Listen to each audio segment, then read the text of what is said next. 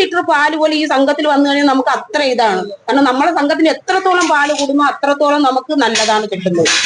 പുള്ളി ഇവിടെ വന്ന ഈ പുതിയ പാലെന്ന് പറഞ്ഞാൽ ഈ പശുവിനെ കൊണ്ടുവരുന്നെന്ന് പറഞ്ഞാൽ തമിഴ്നാട്ടിൽ നിന്നാണ് പശുവിനെ കൊണ്ടുവന്ന് ഇവിടെ കൊണ്ടുവരുന്നത്. 3-4 ദിവസം നിന്നാണ് പശു വരുന്നത്.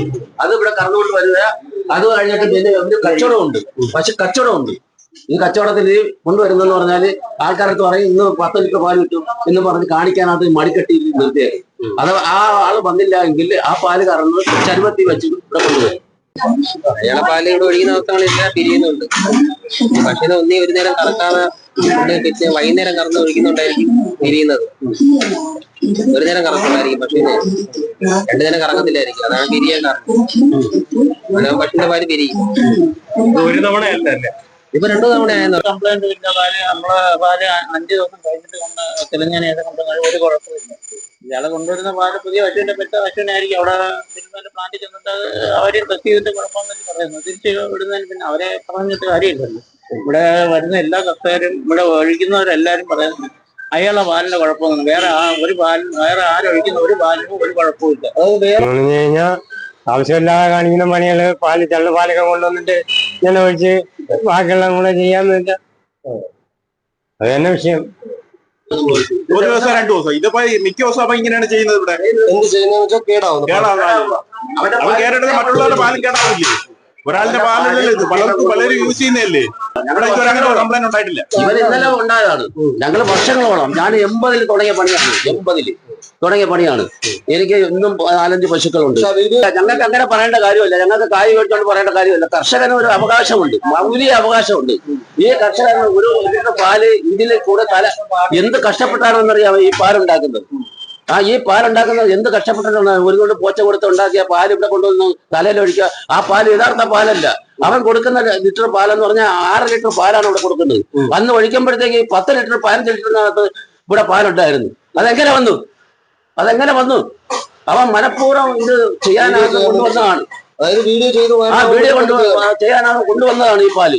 ഒരു തുള്ളി പാല് നമ്മുടെ ശരീരത്തിൽ ഒഴിച്ചു കഴിഞ്ഞാൽ കട്ടി വെള്ളം നിറഞ്ഞാണ്. അതുപോലും ഇല്ല, വെറും പച്ചവെള്ളമാണ്. ഇവിടെ ഈ തറയിൽ ഒഴിച്ചിട്ട് പോകുന്നു. അപ്പൊ മനഃപൂർവ്വം ചെയ്യുന്നതാണ്. ഈ സംഘത്തിനെ അടച്ചു കൂട്ടാനുള്ള ശ്രമിക്കാനാണ്. ഇവിടെ ഒരു മൃഗ ഡോക്ടർ ഇരുന്നു. ഒരു മൃഗ ഡോക്ടർ ഇവിടെ ഇരുന്നു. അയാളെ ഇവിടുന്ന് പുറത്താക്കി ഒപ്പിടിപ്പിച്ച്. ഇതൊക്കെയാണ് അവന്റെ പരിപാടികൾ. അയാൾ എന്ത് രോഗം ചെയ്യുന്നു? ഞങ്ങൾക്ക് ഇവരെ കൊണ്ട് പൊറുതിമുട്ടിയിരിക്കുകയാണ് കർഷകർക്ക്, യഥാർത്ഥ കർഷകർക്ക് എല്ലാവരും. ഞങ്ങൾക്ക് ഒരു പാർട്ടിയില്ല. അവൻ നമ്മുടെ പാലൊഴിക്കാൻ ഞങ്ങൾ പാലൊഴിക്കത്തുമില്ല എന്ന് പറഞ്ഞിട്ടുള്ളൂ. അത് തീർച്ചയായുള്ള കാര്യമാണ്.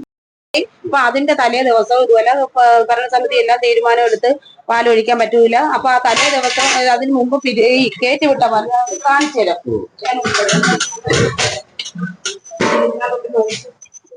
ഈ ലാസ്റ്റ് 29-ാം തീയതി രാവിലെ എന്ന് വൈകിട്ടാ കൊണ്ടുവരണം. പക്ഷെ തലേ ദിവസം കൊണ്ടുവരാന്ന് പിറ്റേ ദിവസം 29-ാം തീയതി രാവിലെ കൊണ്ടുവന്നു. 200 പാലാണ് ഉണ്ടായിരുന്നത്. അപ്പൊ എന്ന് പറഞ്ഞാൽ ഈ കക്ഷിയുടെ പാല് നമ്മള് 10 കൂടുതലാണെന്നുണ്ടെങ്കിൽ വലിയ ക്യാനകത്തും 10-ന് താഴെയാണെന്നുണ്ടെങ്കിൽ ഞങ്ങൾ ചെറിയ ക്യാൻ. ഇതായത് കണ്ട ഈ അന്ന് എഴുതി കെട്ടിവിട്ടതായി ഇത് കണ്ട. നമ്മൾ ഇങ്ങനെയാണ് അവന്റെ പാലെടുത്തിട്ട് നമ്മൾ കൊടുത്തു വിടാറ് കേട്ടാ. നമ്മൾ ചേച്ചി വെച്ച് ഇതുപോലെ പേരെഴുതി കെട്ടി നമ്മൾ ഇങ്ങനെ കൊടുത്ത് ഇങ്ങനെ ഒരു പ്രശ്നം പല പ്രാവശ്യം പിരിഞ്ഞതിന്റെ പേരിൽ സെപ്പറേറ്റ് ആണ് കൊടുക്കുന്നത്. അപ്പൊ പൊതുയോഗത്തിന് ശേഷം ഈ പാൽ എടുക്കണ്ടെന്നുള്ളൊരിതും പിന്നെ കർഷകരെല്ലാരും കൂടെ ഒപ്പിട്ട ഒരു നിവേദന ഇവിടെ തരികയും അപ്പൊ അത് നമ്മൾ എടുക്കത്തില്ല എന്ന് പറഞ്ഞപ്പോഴത്തേക്ക് ഇങ്ങനെയൊക്കെ ഭയങ്കര വിഷയമാക്കി ഭയങ്കരമായി ചീത്ത വിളിച്ചു. പിന്നെ ഇതിനകത്ത് കയറിയിട്ട് എന്നെ വലിച്ചു കീറുമെന്ന് പറഞ്ഞു. നിന്നെ ഞാൻ വലിച്ചു കീറി കളയുമെന്നും പറഞ്ഞുകൊണ്ട് ഇവിടെ ഒന്ന് ഭയങ്കരമായ ബഹളവും ഭയങ്കര ഒരു തരം സൈക്കോ കണക്കാണ് ഇവൻ ഈ ഇതായിട്ട് വരുന്നത്. കാണിച്ചു വരുന്നത്. ഇവിടെ വന്ന് നിന്നെ വലിച്ചു കീറി കളയുമെന്നും പറഞ്ഞുകൊണ്ടൊക്കെ ഇവിടെ വന്ന് ചീത്ത വിളിക്കണോ പിന്നെ വിരോധമില്ല. ഞങ്ങളെ ഒരു സഹോദരൻ ഇല്ലെങ്കിൽ ഒരു മക്കളെ പേര് പോലും സത്യം പറഞ്ഞു കഴിഞ്ഞാൽ വിഷ്ണു മോനെ മക്കളെ അങ്ങനെ വിളിച്ചാണ് ഇവിടെ പാല് എടുക്കുകയും കൊണ്ടുവരാനും ചെയ്യുന്നത്. അപ്പൊ ഇതെല്ലാം പറഞ്ഞിട്ട് ഇങ്ങനെ ഒരു പ്രശ്നമായതിനു ശേഷം പൊതുയോഗത്തിൽ ഇതുപോലെ ഈ കാര്യം ഇങ്ങനെ നിരന്തരം പിന്നെ പാല് പിരിയുന്നതായതിന്റെ പേരിൽ പൊതുയോഗത്തിൽ ഇങ്ങനെ കാര്യം അവതരിപ്പിക്കുമ്പോൾ കർഷകരെല്ലാരും പറഞ്ഞിരിക്കുന്നതെന്ന് പറഞ്ഞു കഴിഞ്ഞാൽ ഇങ്ങനെ ഒരു പാല് സംഘത്തിന് നഷ്ടം വരുന്നതിന്റെ പേരിൽ ഇനി അവന്റെ പാൽ ഇവിടെ എടുക്കണ്ട. അപ്പൊ കർഷകരെല്ലാം അന്നത്തെ ദിവസം തന്നെ ലെറ്റർ പാഡിനകത്ത് ഇതെല്ലാം കൂടെ എഴുതി ഒപ്പിട്ട് തന്ന ഇതുണ്ടായിരുന്നു. അപ്പൊ പിറ്റേന്നോട്ട് പാലെടുക്കണ്ടെന്ന് പറഞ്ഞിട്ട് പുള്ളിയുടെ അടുത്ത് ഇങ്ങനെ പറഞ്ഞപ്പോഴത്തേക്ക് ഭയങ്കരമായ പ്രശ്നം ഉണ്ടാക്കിയിട്ടാണ് ഇങ്ങനെ ഇതെല്ലാം വന്നത്. നേരമണത്തിന് എന്ന് പറഞ്ഞു കഴിഞ്ഞാൽ തുച്ഛമായ ശമ്പളത്തിലാണ് ഞങ്ങൾ ഈ വന്ന് ജോലി ചെയ്യുന്നത്. അത്രത്തോളം നമ്മൾ കഷ്ടപ്പെട്ടിട്ടാണ് നമ്മുടെ വരുന്നത്. പിന്നെ ഇങ്ങനെയുള്ള ഈ അവാർഡ് പ്രചരണങ്ങളും ഇതെല്ലാം കൂടെ നമ്മൾ മാനസികമായിട്ട് സത്യം പറഞ്ഞ മാനസികമായിട്ട് വളർന്നിരിക്കുന്നത്. ഞങ്ങൾ കുഞ്ഞുങ്ങളായാലും അവരായാലും ഇതൊക്കെ കണ്ടിട്ട് എന്താ അമ്മ എന്റെ മോൻ ഇതിനകത്ത് കണ്ട് നമ്മൾ ഇവിടുത്തെ വീട്ടിൽ ഞാൻ എന്റെ പറഞ്ഞിട്ടില്ലായിരുന്നു. കാരണം ഒരു വയസ്സായ അമ്മ എന്റെ മക്കൾ ഉള്ളടുത്ത് ഞാൻ പറഞ്ഞിട്ടില്ലായിരുന്നു. രാത്രി 12 കൊച്ചിങ്ങനെ ഇരുന്ന് ഫോണിൽ കളിച്ചോണ്ടിരിക്കുന്ന സമയത്ത് 12:30 മണിക്കകത്ത് വെച്ച് ഇപ്പൊ ഈ കുഞ്ഞിത് കണ്ടപ്പോ ഇപ്പൊ ഞാൻ കിടക്കുന്ന മുറിയിൽ വന്ന് കഥ തുറന്നിട്ട് അമ്മ ഇതെന്തിനാണോ ഇങ്ങനെ ഒരു വീഡിയോ വന്നല്ലോ അമ്മയെ കുറിച്ച് ഇതെന്താണ് സൊസൈറ്റിയിൽ എന്താണ് പ്രശ്നം എന്ന് പറഞ്ഞുകൊണ്ട് അപ്പോഴെന്റെ കുഞ്ഞ ഓടി വന്ന് ആ 12:30 മണിക്കകത്ത് വെച്ചാണ് അപ്പോഴാണ് അവൻ കാണുന്നത്.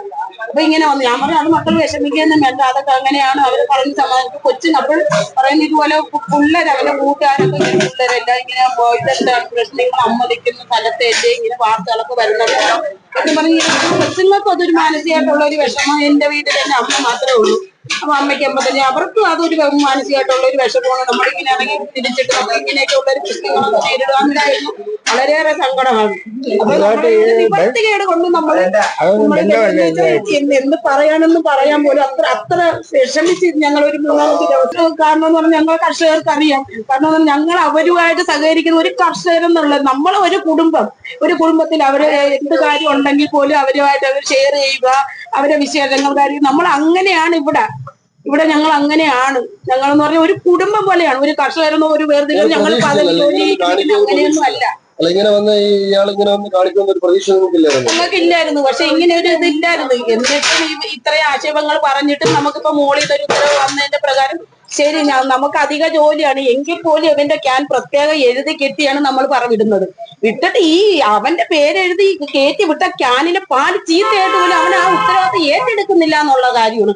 അതിനകത്ത് ഞങ്ങളാണ് കുറ്റക്കാരി. എന്ന് വെച്ചാൽ ഞങ്ങൾ അതിൽ മായം ചേർക്കും. ഞങ്ങൾ എന്താണ് മായം ചേർക്കേണ്ടത്? ഈ ഒരു കർഷകന്റെ അടുത്ത് എന്താണ് മായം ചേർക്കേണ്ടത്? ഇവിടെ വരുന്ന നമ്മൾ ഇതിനു മുമ്പ് അവന് സപ്പോർട്ടാണ്. അവനിങ്ങനെ അവൻ ഒരു ചെറുക്കനാണ്. അവൻ നല്ലതുപോലെ ജീവിച്ചു പോട്ടെ. നമ്മൾ ഓരോരുത്തരും അവനെ കുറിച്ച് നല്ല അഭിപ്രായങ്ങളെ പറഞ്ഞിട്ടുള്ളൂ. അതാണിപ്പോ എല്ലാരും ഞങ്ങളടുത്ത് ചോദിക്കുന്നത്. അവനെ അന്ന് എടുത്ത് വെച്ച് പൊക്കിയിട്ട് ഇപ്പൊ നിങ്ങളെ എന്താണ് ചെയ്തത് എന്ന് ഞങ്ങളടുത്ത് തിരിച്ചു ചോദിക്കുന്നവരുണ്ട്. മറ്റുള്ള അതൊക്കെ തെറ്റായ പ്രചാരണമാണ്. നമ്മൾ ഇതുവരെ പിരിച്ചു വിട്ടിട്ടില്ല. നമ്മൾ എന്ത് കാര്യങ്ങളും ചെയ്തത് ഡിപ്പാർട്ട്മെന്റ് പറയുന്നതനുസരിച്ച് നമ്മളിവിടെ ചെയ്തിട്ടുള്ളൂ. അതുകൊണ്ട് ഡിപ്പാർട്ട്മെന്റ് നമുക്ക് സപ്പോർട്ടാണ്. നമ്മൾ ഇതുവരെ പിരിച്ചു വിട്ടിട്ടില്ല. എന്നപ്പോ ഇങ്ങനെ വന്നപ്പോ ഞാൻ പറഞ്ഞു പാലെടുക്കാൻ പറ്റൂല എന്നല്ലേ പറഞ്ഞല്ലേ ഭരണസമിതി തീരുമാനം. ഇന്നലെ അങ്ങനെയല്ലേ ഇരുന്ന പാലെടുക്കാൻ പറ്റൂല എന്നല്ലേ പറഞ്ഞത്. പിന്നെ എന്തിനു വന്നു? എന്റെ പാലെടുത്താ എന്ത് എന്ന് പറഞ്ഞാണ് അവർക്ക് സംസാരം ഉണ്ടായത്. ഞാൻ പറഞ്ഞു കൂടുതൽ എനിക്ക് സംസാരിക്കാൻ താല്പര്യമില്ല എന്ന് പറഞ്ഞു. അപ്പോഴത്തേക്ക് ഞാൻ ഉടനെ ഞങ്ങൾ രണ്ടുപേരും ഇല്ലേ ഉള്ളു. പ്രസിഡന്റിനെ വിളിക്കാനായിട്ടാണ് ഫോൺ എടുത്ത് പ്രസിഡന്റിനെ വിളിച്ചുകൊണ്ട് നിന്നപ്പോഴത്തേക്കാണ് ഞാൻ ഒന്നല്ലാതെ നോക്കിയപ്പോഴത്തേക്ക് മുഖത്ത് നോക്കിയപ്പോഴത്തേക്ക് വീഡിയോ പിടിക്കുന്നതായിട്ടാണ് കണ്ടത്. അപ്പൊ ഉടനെ ഞാൻ പറഞ്ഞു വീഡിയോ പിടിക്കാനായിട്ട് കരുതിക്കൂട്ടി വന്നതാണോ എന്ന് ചോദിച്ചുകൊണ്ട് ഞാനങ്ങ് എണീച്ച് ഞാൻ പ്രസിഡന്റിന്റെ നമ്പർ തരുകയായിരുന്നു. അപ്പോഴത്തെ ഇത് കണ്ടുള്ള ടെൻഷനും എനിക്ക് ഉണ്ടായിരുന്നു. അപ്പൊ നമ്പർ തിരഞ്ഞുകൊണ്ടിരിക്കുകയായിരുന്നു. ആ സമയത്താണ് ഈ പാല് തലവഴി എടുത്ത് ഒഴിച്ചത്. അതായിപ്പോയി. ഇങ്ങനെയൊക്കെ നമുക്ക് ആദ്യമായിട്ടുള്ള ഒരു അനുഭവമാണ്. അതുകൊണ്ട് ആകെ ടെൻഷനായിപ്പോയി ഞാൻ.